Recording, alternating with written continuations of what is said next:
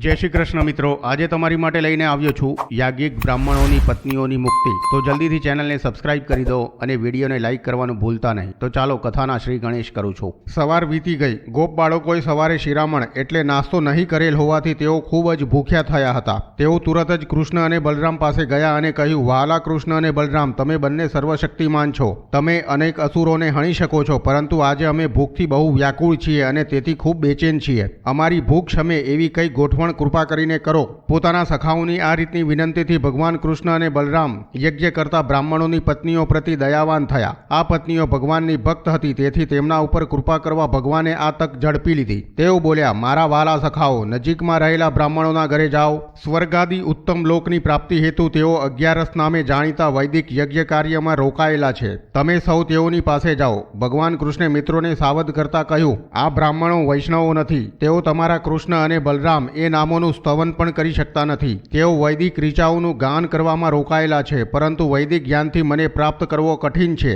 तेओने कृष्ण अने बलराम ए नामोनुं हजी आकर्षण थयुं नथी, तेथी मारा नामथी तेओनी पासे कई याचना न करो, ते वधारे सारुं छे। बलरामनुं नाम लई तेओनी पासे कई याचना करो, ते वधारे ठीक रहेशे। साधारण रीते दान उच्च वर्णना ब्राह्मणोने अपाय छे, परंतु कृष्ण अने बलराम ब्राह्मण कुळमां प्रकट थया न हता। बलराम क्षत्रिय वसुदेवना पुत्र तरीके तथा कृष्ण वृंदावनमां नंद महाराज जेओ वैश्य हता तेमना पुत्र तरीके जाणीता हता। आम बंनेमांथी एकेय ब्राह्मण कुळना न हता, एटले कृष्णे विचार कर्यो के यज्ञ करवामां रोकायेला ब्राह्मणो क्षत्रिय अने वैश्योने दान आपवा तत्पर थाय नहीं एवो संभव छे। तेथी तेमणे कह्युं, जो तमे बलरामनुं नाम लई मागशो तो ते ब्राह्मणो मारा जेवा वैश्यने बदले क्षत्रियने दान आपवानुं वधु पसंद करशे। आम पूर्ण पुरुषोत्तम भगवाननी आज्ञा थता बधा गोप बाळको ब्राह्मणो पासे गया अने कंईक दान आपवा याचना करी। तेओ तेमनी पासे हाथ जोड़ीने गया अने पूज्य भाव दर्शाववा भूमि पर पड़ीने साष्टांग दंडवत प्रणाम कर्या। तेओए कह्युं, हे भूदेवो, कृष्ण भगवान अने बलरामनी आज्ञाथी અહીં આવેલા અમારી વિનંતી કૃપા કરીને સાંભળો।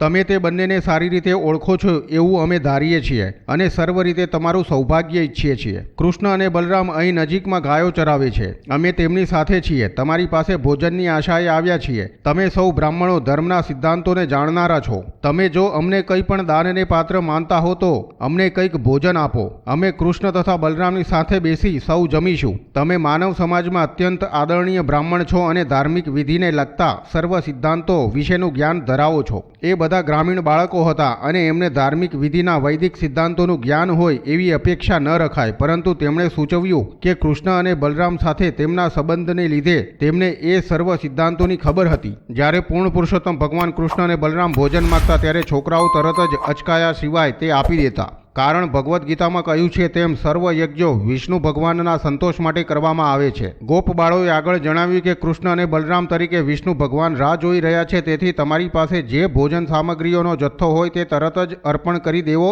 જોઈએ। તેમણે બ્રાહ્મણોને એ પણ સમજાવ્યું કે ભોજન કેવી રીતે સ્વીકારાય। સામાન્ય રીતે વૈષ્ણવો તથા ભગવાનના શુદ્ધ ભક્તો સાધારણ યજ્ઞોની પ્રવૃત્તિઓમાં ભાગ લેતા નથી, પણ તેઓ દીક્ષા પશુ સંત સૌત્રામણ્ય તરીકે જાણીતી યજ્ઞ વિધિઓ સારી રીતે જાણે છે। દીક્ષા વિધિ પતી ગયા પછી અને પશુઓની આહુતિ આપવામાં આવે એ વિધિ પહેલા અને સૌત્રામણી અથવા જેમાં મધ અર્પણ કરાતો હોય તેવી વિધિ પહેલા ભોજન લેવાની છૂટ આપવામાં આવેલ છે। છોકરાઓ બોલ્યા, આપની વિધિના આ તબક્કામાં અમે અમારું ભોજન લઈ શકીએ છીએ, કારણ હજુ સુધી તે નિષિદ્ધ બન્યું નથી, એટલે તમે અમને ભોજન આપી શકો છો। કૃષ્ણ અને બલરામના સાથીઓ સરળ સ્વભાવના ગોપ બાળો હતા, છતાં તેઓ વૈદિક યજ્ઞ વિધિઓમાં રોકાયેલા ઉચ્ચ કક્ષાના બ્રાહ્મણોને પણ માર્ગદર્શન આપી શકે તેવા હતા, પરંતુ કેવળ યજ્ઞ વિધિ પરાયણ સ્માર્ત બ્રાહ્મણો ભગવાનના દિવ્ય ભક્તોનું માર્ગદર્શન સમજી શક્યા નહીં। તેઓ ભગવાન કૃષ્ણ અને બલરામની આ યાચનાની પણ કદર કરી શક્યા નહીં। તેમણે કૃષ્ણ અને બલરામની તરફેણમાં બધી દલીલો સાંભળી, પરંતુ તેમણે તેમની દરકાર ન કરી અને ગોપ બાળો સાથે વાત કરવાની પણ ના પાડી।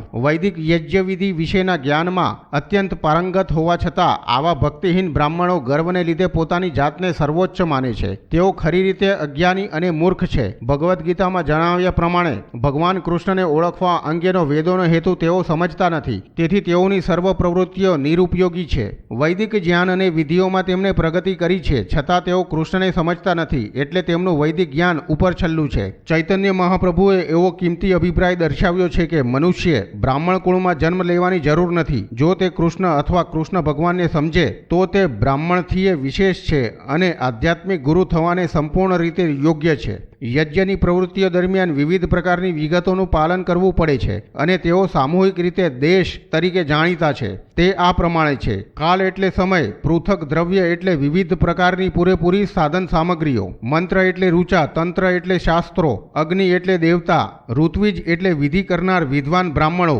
ઋતુ એટલે સ્વયં યજ્ઞ, યજમાન એટલે યજ્ઞ કરનાર અને ધર્મ એટલે વિધિ। આ સર્વે કૃષ્ણના સંતોષ માટે છે। એ નિશ્ચિત છે કે તેઓ સર્વ યજ્ઞોના ખરેખરા ભોગતા છે, કારણ કે તેઓ પૂર્ણ પુરુષોત્તમ પરમેશ્વર છે। તેઓ પરમ સત્ય છે કે જ્યાં મન ઇન્દ્રિય પહોંચી શકતા નથી। તેઓ સાધારણ બાળ માનવ દેહમાં પ્રકટ થયા જણાય છે, પરંતુ જે લોકોને પોતાના શરીર સાથે તાદાત્મ્ય છે તેઓને આ બાળ સ્વરૂપમાં દેખાતા ભગવાનને સમજવા અત્યંત મુશ્કેલ છે। ભૌતિક શરીરની સગવડો અને સ્વર્ગ તરીકે જાણીતા ઉચ્ચ લોકની પ્રાપ્તિમાં બ્રાહ્મણોને ખૂબ રસ હતો, એટલે તેઓ કૃષ્ણની સ્થિતિને સંપૂર્ણ રીતે સમજવા માટે અશક્તિમાન હતા। જ્યારે ગોપ બાળોએ જોયું કે બ્રાહ્મણોએ તેમની સાથે બોલવું બંધ કર્યું ત્યારે તેઓ ખૂબ હતાશ થયા। ત્યાર પછી તેમણે કૃષ્ણ ભગવાન અને બલરામ પાસે જઈને જે બન્યું હતું તે જણાવ્યું। તે સાંભળી પૂર્ણ પુરુષોત્તમ હસવા લાગ્યા। તેમણે કહ્યું કે બ્રાહ્મણોએ ના પાડી, તેથી તેઓએ ઉદાસ થવું જોઈએ નહીં, કારણ કે ભિક્ષા એ રીતે જ મગાય છે। તેમ તેમણે તેઓને ખાતરી કરાવી કે જ્યારે મનુષ્ય વસ્તુઓ એકઠી કરવામાં કે ભિક્ષાવૃત્તિમાં જોડાયેલો હોય ત્યારે તે દરેક જગ્યાએ સફળ થશે એમ ન ધારવું જોઈએ। સંભવ છે કે તેને કેટલીક જગ્યાએ નિષ્ફળતા પણ મળે, પરંતુ તેથી હતાશ ન થવું જોઈએ। ત્યાર પછી કૃષ્ણ ભગવાને બધા છોકરાઓને ફરીથી જવાનું જણાવ્યું, પરંતુ આ વખતે યજ્ઞમાં રોકાયેલા બ્રાહ્મણોની પત્નીઓ પાસે જવાનું કહ્યું।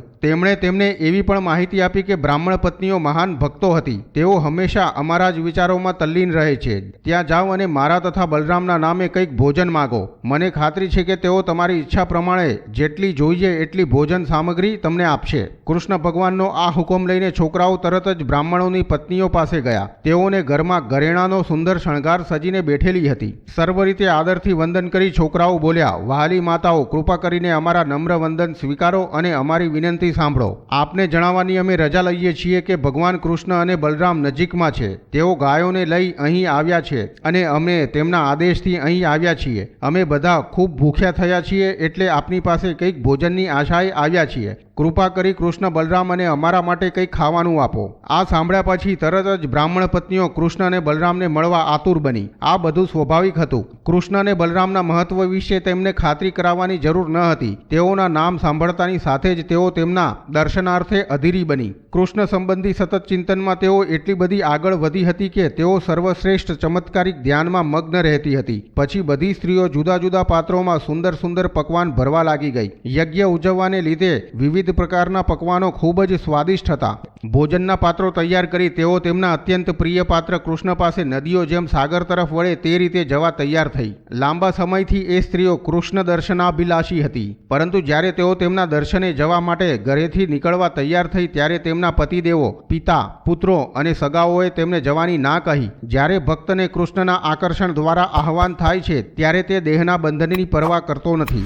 સર્વત્ર વનસ્પતિ, નવવિકસિત વેલોના માંડવા અને પુષ્પોને લીધે સમૃદ્ધ બનેલા યમુનાના કાંઠે આવેલા વૃંદાવનના વન પ્રદેશમાં એ સ્ત્રીઓએ પ્રવેશ કર્યો। એ વનમાં તેમણે કૃષ્ણ અને બલરામને તેમના વહાલા બાળ સખાઓ સાથે ગાયો ચરાવતા જોયા। બ્રાહ્મણ પત્નીઓએ જોયું કે કૃષ્ણે સુવર્ણની જેમ ચળકતા પિતાંબર ધારણ કર્યા હતા, ગળે વૈજયંતી માલા અને મસ્તક પર મોર પીંછ ધારણ કર્યા હતા। વૃંદાવનની ગેરુ વગેરે માટીના લેપથી શોભતા હતા, તથા તેઓ નાટકના મંચ પર નૃત્ય કરી રહેલા નટવર જેવા બરાબર લાગતા હતા। તે સ્ત્રીઓએ તેમને એક હાથમાં કમળ પુષ્પ ધારણ કરેલા અને બીજા હાથમાં પોતાના મિત્રના ખભા પર રાખેલા જોયા। તેમના કાનમાં પોયણીનો શણગાર હતો, તેમણે તિલક કર્યું હતું અને તે મંદ મધુર સ્મિત કરી રહ્યા હતા। બ્રાહ્મણ પત્નીઓએ જેમના વિશે પોતે આટલું બધું સાંભળ્યું હતું, જેઓ તેમને આટલા બધા વહાલા હતા અને જેમનામાં તેઓના મન ક્યારનાય ડૂબી ગયા હતા, એવા પૂર્ણ પુરુષોત્તમ ભગવાનના દર્શન સાક્ષાત રીતે કર્યા। હવે તેમણે પોતાની આંખો વડે સન્મુખ આવીને તેમના દર્શન કર્યા। કૃષ્ણ તેઓની આંખો દ્વારા તેમના હૃદયમાં પ્રવેશ્યા। તેઓ કૃષ્ણને હૃદયમાં ધરાઈને આલિંગન કરવા લાગી અને તરત જ તેમની વિરહ વેદના શમી ગઈ। જાણે મોટા મોટા ઋષિઓ પોતાના જ્ઞાન વૃદ્ધિને લીધે પ્રભુના અસ્તિત્વમાં વિલીન થઈ રહ્યા હોય તેવું આ દ્રશ્ય હતું। દરેક વ્યક્તિના હૃદયમાં વસતા પરમાત્મા તરીકે કૃષ્ણ ભગવાન તેમના મન સમજી શક્યા। તેઓ તેમના સગા સંબંધીઓ, પિતાઓ, પતિદેવો, ભાઈઓ વગેરેનો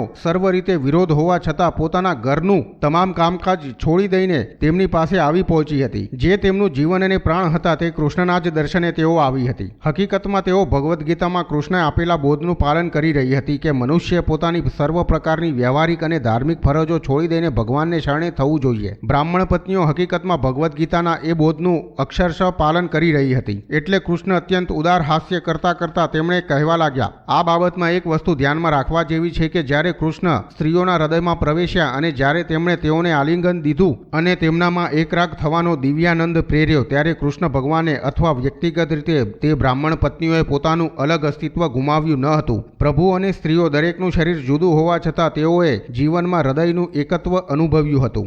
જ્યારે કોઈ પ્રિયજન પોતાની જરા સરખી અંતર્ગત જુદાઈની લાગણીઓ પણ વિસારીને પોતાના પ્રિયતમને અધીન થાય છે ત્યારે એકતા સર્જાય છે. ચૈતન્ય મહાપ્રભુએ પોતાના શિક્ષાષ્ટકમાં આપણને ભગવાન સાથે એકત્વ સાધવાની આ રીત શીખવી છે. ભગવાન કૃષ્ણ ભલે પોતાને યોગ્ય લાગે તે રીતે કાર્ય કરે, પરંતુ ભક્તજને ભગવાનની સર્વ ઈચ્છાઓમાં હંમેશા એકતા અને એકમતિ રાખવી જોઈએ. બ્રાહ્મણ પત્નીઓએ ભગવાન કૃષ્ણ પ્રતિના પ્રેમમાં આ રીતની એકતા પ્રકટ કરી. કૃષ્ણે તેઓનું આ શબ્દોથી સ્વાગત કર્યું, મારી વહાલી બ્રાહ્મણ પત્નીઓ, તમે સર્વ અત્યંત ભાગ્યશાળી છો. તમે સૌ ભલે આવ્યા. કૃપા કરીને મને જણાવો કે હું તમારા માટે શું કરું. મારા દર્શનાર્થે સગા સંબંધીઓ, પિતાઓ, ભાઈઓ અને પતિદેવોના સર્વ નિયંત્રણો અને હેરાનગતિની પરવા કર્યા સિવાય તમારું અહીં આવવું તદ્દન યોગ્ય છે. જે આ પ્રમાણે કરે છે તે જ ખરેખર પોતાનું હિત સમજે છે. કારણ કે નિર્હેતુક અથવા અવરોધોને ન ગણકારી મારી દિવ્ય સ્નેહાળ સેવામાં જોડાવું એ જીવાત્માઓ માટે ખરેખર મંગલમય છે. અહીં કૃષ્ણ એમ પુરવાર કરે છે કે બુદ્ધિમાની પરિપૂર્ણ ભૂમિકા તેમની શરણાગતિ છે. મનુષ્ય બીજી સર્વ પ્રકારની જવાબદારીઓ ત્યજી દેવી જોઈએ. પૂર્ણ પુરુષોત્તમ ભગવાનને સંપૂર્ણ રીતે સમર્પણ એ બદ્ધાત્મા માટે સર્વોચ્ચ મંગલમય માર્ગ છે. કારણ સર્વોચ્ચ પ્રભુ સર્વોત્તમ સ્નેહનો વિષય છે. દરેક વ્યક્તિ છેવટે તો કૃષ્ણને ચાહે છે, પરંતુ પોતાના જ્ઞાનના વિકાસ પ્રમાણે એને સાક્ષાત્કાર થાય છે.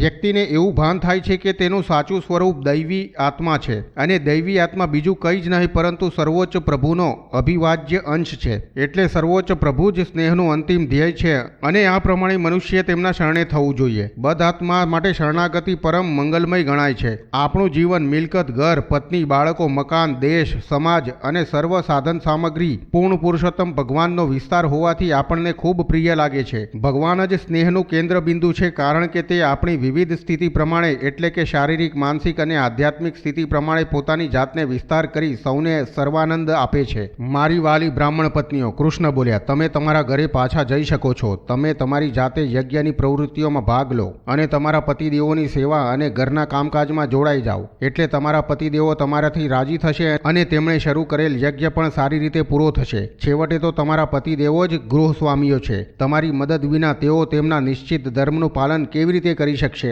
બ્રાહ્મણોની પત્નીઓએ જવાબ દીધો, વહાલા સ્વામી, આવી સલાહ આપને શોભતી નથી. તમારું સર્વકાળને માટે વચન છે કે તમે તમારા ભક્તોનું હંમેશને માટે રક્ષણ કરશો અને હવે તમારે આ વચન પાળવું જોઈએ. જે કોઈ મનુષ્ય આવીને આપનું શરણું સ્વીકારે છે તે કોઈ દિવસ ભૌતિક અસ્તિત્વની બદ્ધવસ્થામાં પાછો જતો નથી. અમે આશા રાખીએ છીએ કે તમે હવે તમારું વચન પાળશો. અમે તુલસી પત્રથી આચ્છાદિત થયેલા તમારા ચરણ કમળનું શરણું સ્વીકાર્યું છે. એટલે હવે તમારા કહેવાતા સગાવાલા મિત્રો અને સમાજમાં પાછા ફરવાની અને આપના ચરણ કમળનું શરણું છોડી દેવાની અમને જરાય ઈચ્છા નથી. વળી ઘેર પાછા ફરીને અમે શું કરીએ? અમારા પતિદેવો, ભાઈઓ, પિતાઓ, માતાઓ અને અમારા મિત્રો સૌનો અમે ક્યારનોય ત્યાગ કર્યો છે. તેથી તેઓ અમારી રાહ જોતા નથી. એટલે અમારે હવે પાછા ફરવાનું કોઈ આશ્રય સ્થાન નથી. તેથી કૃપા કરીને ઘરે પાછા ફરવાનું અમને ન જણાવશો. અમને આપના ચરણ કમળમાં જ સ્થાન આપો, જેથી અમે સદૈવ આપના રક્ષણ નીચે રહી શકીએ. પૂર્ણ પુરુષોત્તમ ભગવાને જવાબ આપ્યો, મારી વાલી સન્નારીઓ, તમે એટલી ખાતરી રાખજો કે તમે પાછા ફરશો તો તમારા પતિદેવો તમારા પ્રત્યે બેદરકાર નહીં રહે. વળી તમારા ભાઈઓ, દીકરાઓ અને પિતાઓ તમને સ્વીકારવાની ના નહીં પાડે. તમે મારા શુદ્ધ ભક્તો છો, તેથી તમારા સગા સંબંધીઓ અને સાધારણ જનસમાજ એકલાને જ નહીં પરંતુ સર્વ દેવતાઓને પણ તમારાથી સંતોષ થશે. દરેક વ્યક્તિના હૃદયમાં કૃષ્ણ પરમાત્મા તરીકે રહેલા છે. જ્યારે કોઈ મનુષ્ય કૃષ્ણ ભગવાનનો શુદ્ધ ભક્ત થાય છે ત્યારે તરત જ તે દરેક જણને પ્રસન્નકારી નીવડે છે.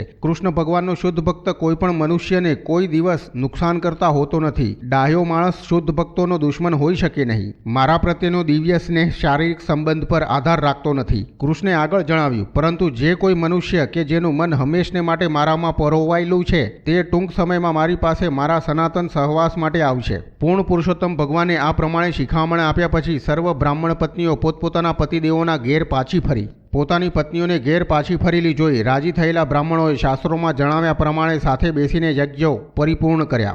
વૈદિક સિદ્ધાંત પ્રમાણે પતિ અને પત્ની સાથે બેસીને ધાર્મિક વિધિ કરવાની હોય છે. જ્યારે બ્રાહ્મણ પત્નીઓ પાછી ફરી ત્યારે વિધિ બરાબર અને સુંદર રીતે ઉજવાઈ. પરંતુ એક બ્રાહ્મણ પત્ની કે જે બળજબરીના કારણે કૃષ્ણના દર્શને જઈ શકી ન હતી, તેણે ભગવાનના સાંભળેલા શારીરિક લક્ષણોનું સ્મરણ કર્યું અને તેમના ચિંતનમાં સંપૂર્ણપણે તલ્લીન થઈ કુદરતના કાયદા પ્રમાણે બંધાયેલા પોતાના ભૌતિક દેહનો ત્યાગ કર્યો. આનંદ ધન પૂર્ણ પુરુષોત્તમ ભગવાન શ્રી ગોવિંદે સાધારણ મનુષ્ય સ્વરૂપે પોતાના દિવ્ય લીલા ચરિત્રો પ્રકટ કર્યા અને બ્રાહ્મણ પત્નીઓએ અર્પણ કરેલું ભોજન ધરાઈને સ્વીકાર્યું. આ રીતે તેમણે સાધારણ માણસોને કૃષ્ણ ભાવનામાં આકર્ષ્યા. વળી પોતાના શબ્દો અને સૌંદર્યથી વૃંદાવનમાં સર્વ ગાયો, ગોપ બાળકો અને ગોપીઓને પણ આકર્ષ્યા. કૃષ્ણ પાસેથી બ્રાહ્મણ સ્ત્રીઓ પાછી ફર્યા બાદ યજ્ઞ પ્રવૃત્તિઓમાં કામ કરી રહેલા બ્રાહ્મણોને ભોજન માટે પૂર્ણ પુરુષોત્તમ ભગવાનની અવગણના કરવા બદલ ભારે પસ્તાવો થયો અને તેના કારણે તેઓ શોક કરવા લાગ્યા. તેઓ છેવટે પોતાની ભૂલ સમજી શક્યા કે વૈદિક વિધિવાળી પ્રવૃત્તિઓમાં રોકાયેલા તેઓ પૂર્ણ પુરુષોત્તમ ભગવાનની થોડાક ભોજનની માંગણી પ્રત્યે બેદરકાર રહ્યા હતા. તેઓ પોતાની પત્નીઓની શ્રદ્ધા અને ભક્તિ જોઈ પોતાની જાતને ધિક્કારવા લાગ્યા. તેમને ખૂબ પસ્તાવો થયો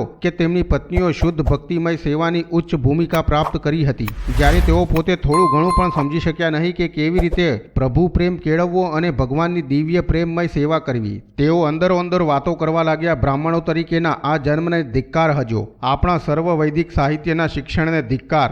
મોટા મોટા યજ્ઞો ઉજવવા અને બધા નીતિ નિયમોનું પાલન કરવું એનો લાભ શો? આપણા કુળને ધિક્કાર છે.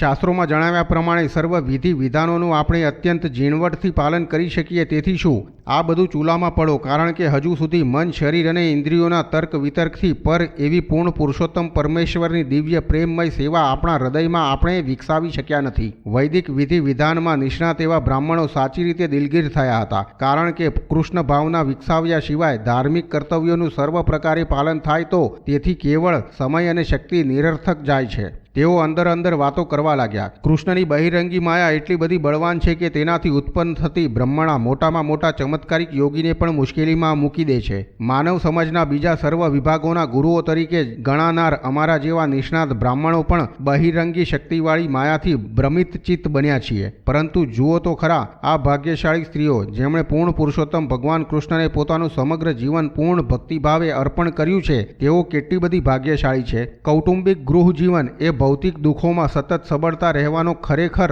અંધારો કૂવો છે. સામાન્ય રીતે સ્ત્રીઓ સરળ હૃદયવાળી હોવાથી સહેલાઈથી કૃષ્ણ ભાવના અપનાવે છે અને જ્યારે તેઓને કૃષ્ણ પ્રત્યે સ્નેહ જાગે છે ત્યારે તેઓ સહેલાઈથી માયાની પકડમાંથી મુક્તિ મેળવે છે. આ પકડમાંથી કહેવાતા બુદ્ધિશાળી અને વિદ્વાન માણસો પણ છૂટી શકતા નથી. વૈદિક આદેશો પ્રમાણે સ્ત્રીઓને દેહના શુદ્ધિકરણ માટે ઉપનયન સંસ્કારની દીક્ષા લેવાની અથવા આધ્યાત્મિક ગુરુના આશ્રમમાં જઈ બ્રહ્મચારિણી તરીકે રહેવાની છૂટ આપવામાં આવતી નથી. તેમણે શિષ્ય પરંપરાનું ચુસ્તપણે પાલન કરવાનું રહેતું નથી. વળી તેઓ આત્મ સાક્ષાત્કાર અથવા તાત્વિક ચર્ચા વિચારણા માટે અત્યંત નિષ્ણાત હોતી નથી અને સ્વભાવથી પણ તેઓ શુદ્ધ નથી. વળી તેઓ શુભ, મંગલમય અને પ્રવૃત્તિઓમાં ખૂબ જ આસક્ત હોતી નથી. પરંતુ કેવી આશ્ચર્યની વાત છે કે તેમણે યોગેશ્વર કૃષ્ણ ભગવાન માટે દિવ્ય પ્રેમ વિકસાવ્યો છે.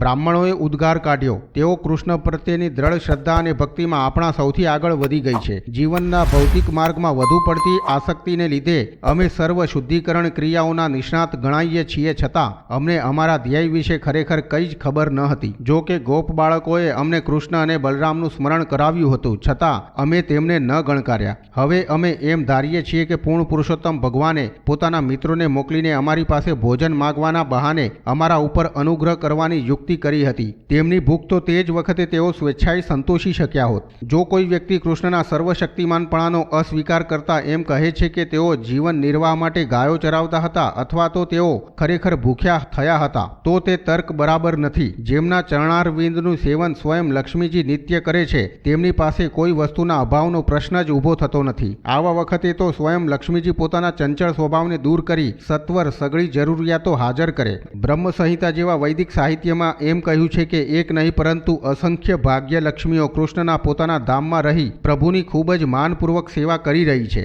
એટલે કૃષ્ણે બ્રાહ્મણો પાસે ભોજનની યાચના કરી એમ વિચારવું એ નર્યો ભ્રામક વિચાર છે. હકીકતમાં શુદ્ધ ભક્તિમય સેવા સ્વીકારીને તેઓને પોતાની કૃતજ્ઞતા દર્શાવવાની તક આપી હતી. વૈદિક વિધિમાં વપરાતી સાધન સામગ્રી, યોગ્ય જગ્યા, યોગ્ય સમય, ક્રિયાકાંડાત્મક વિધિ કરવા માટે વપરાતી વિવિધ વસ્તુઓ, વૈદિક રીચાઓ, આવી યજ્ઞ વિધિ કરાવવાને શક્તિમાન ઋત્વિજ, અગ્નિ દેવતાઓ, યજ્ઞ કરનાર યજમાન અને ધાર્મિક સિદ્ધાંતો એ સર્વ કૃષ્ણને ઓળખવા માટે છે. કારણ કે કૃષ્ણ પૂર્ણ પુરુષોત્તમ ભગવાન છે. તે સર્વોચ્ચ ભગવાન વિષ્ણુ છે અને સર્વ યોગીઓના યોગેશ્વર છે. બ્રાહ્મણોએ કહ્યું તેઓ યદુવંશમાં બાળ સ્વરૂપે પ્રકટ થયા છે, એટલે આપણે મૂર્ખાઈને લીધે તેઓને પૂર્ણ પુરુષોત્તમ ભગવાન રૂપે ઓળખી શક્યા નહીં. પણ બીજી રીતે અમને ગૌરવ છે કે અમારી રૂઢિચુસ્ત સ્થિતિના બંધનમાં ન જકડાતા અમારી સર્વશ્રેષ્ઠ ગુણિયલ પત્નીઓ ભગવાનની વિશુદ્ધ દિવ્ય સેવામાં રત છે. જેમની માયાના આવરણ નીચે અમે સકામ પ્રવૃત્તિઓમાં રચ્યા પચ્યા રહીએ છીએ તેવા ભગવાન કૃષ્ણના ચરણ કમળમાં અમારા આદરપૂર્વક વંદન હો. અમને સંપૂર્ણ રીતે ક્ષમા કરવા જેટલા દયાળુ થવા પ્રભુને પ્રાર્થના કરીએ છીએ, કારણ કે અમે તેમની બહિરંગ માયા શક્તિમાં જકડાયેલા છીએ. અમે તેમના દિવ્ય મહિમાને ન જાણતા તેમની આજ્ઞાનો અનાદર કર્યો છે. બ્રાહ્મણોએ પોતાની પાપી પ્રવૃત્તિઓ બદલ પશ્ચાતાપ કર્યો. તેઓ કૃષ્ણની પાસે જાતે જઈ તેમને પ્રણામ કરવા ઈચ્છતા હતા, પરંતુ કંસના ભયને લીધે તેઓ જઈ ન શક્યા. બીજા શબ્દોમાં, ભક્તિમય સેવા દ્વારા શુદ્ધ થયા વિના પૂર્ણ પુરુષોત્તમ પરમેશ્વરને સંપૂર્ણ રીતે શરણે થવું ઘણું મુશ્કેલ છે. વિદ્વાન બ્રાહ્મણો અને તેમની પત્નીઓનું દ્રષ્ટાંત સ્પષ્ટ છે. બ્રાહ્મણ સ્ત્રીઓ શુદ્ધ, પૂરેપૂરી ભક્તિમય, સેવાપરાયણ હતી, એટલે તેમને કોઈપણ પ્રકારના વિરોધની પરવા ન હતી. તેથી તરત જ તે કૃષ્ણ પાસે ગઈ. પરંતુ બ્રાહ્મણો ભગવાનનું સર્વોચ્ચપણું જાણવા છતાં અને પશ્ચાતાપ કરવા છતાં કંસ રાજાથી હજુ પણ ડરતા હતા, કારણ કે તેઓ હજુ પણ સકામ પ્રવૃત્તિઓમાં અત્યંત આસક્ત હતા. આ પ્રમાણે કૃષ્ણ પૂર્ણ પુરુષોત્તમ પરમેશ્વરના યાજ્ઞિક બ્રાહ્મણોની પત્નીઓની મુક્તિ ના 23મા અધ્યાય પરના ભક્તિ વેદાંત ભાવાર્થો પૂર્ણ થાય છે.